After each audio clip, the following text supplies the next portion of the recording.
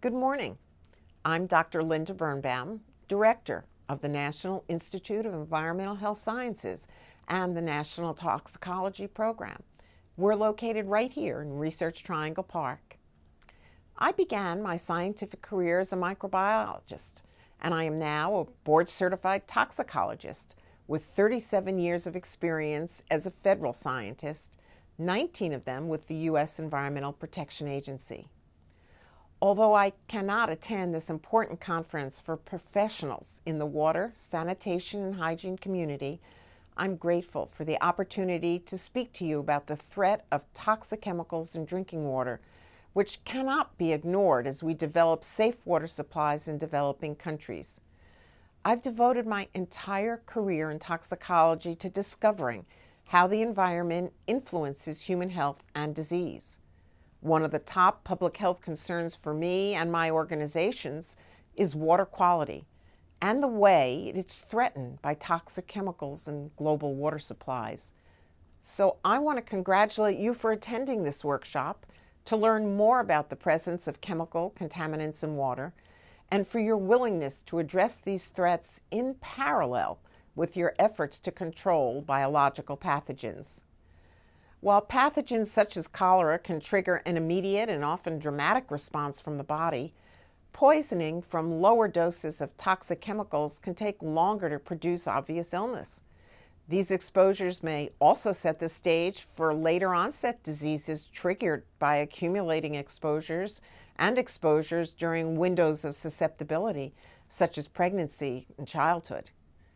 A perfect example of the way these exposures can incubate for years and even decades is the effect of naturally occurring arsenic in drinking water, which can lead to chronic kidney disease and cancer.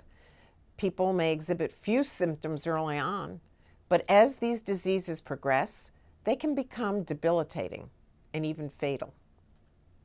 Water, air, and soil are all sources of harmful chemical exposures, but water is where chemicals tend to end up.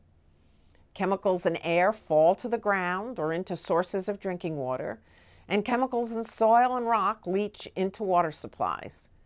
The harmful effects on health from chemicals in drinking water are greater than many in the wash sector realize. This is true of industrial chemicals such as PFOA and PFAS, POPs, flame retardants, hexavalent chromium, byproducts of combustion such as mercury from coal-fired power plants, e-waste, agricultural fertilizers and pesticides, as well as naturally occurring metals and minerals such as arsenic in well water and tailings of copper and uranium from mining operation. The introduction of new chemicals continues to increase, and the use of harmful chemicals in developing countries is growing just as dramatically. The surge in fertilizer use in developing countries increases the danger of runoff into water supplies, where harmful algal blooms can flourish with additional sources of nutrients. The goal of environmental health research is the promotion of public health by better understanding the effects of chemicals on the human body, individually as well as in mixtures. Our science informs individual and community prevention efforts and can help establish a foundation for action by legislatures and regulatory agencies.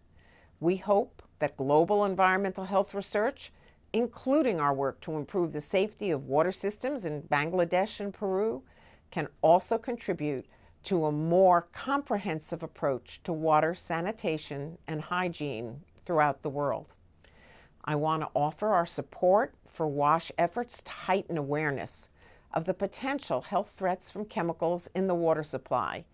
We applaud the formation of a working group to address toxic chemicals in WASH development, as well as the growing number of side events devoted to this topic at the WASH conference. I wish you all a very successful meeting, and maybe I'll be able to join you next year. Thank you.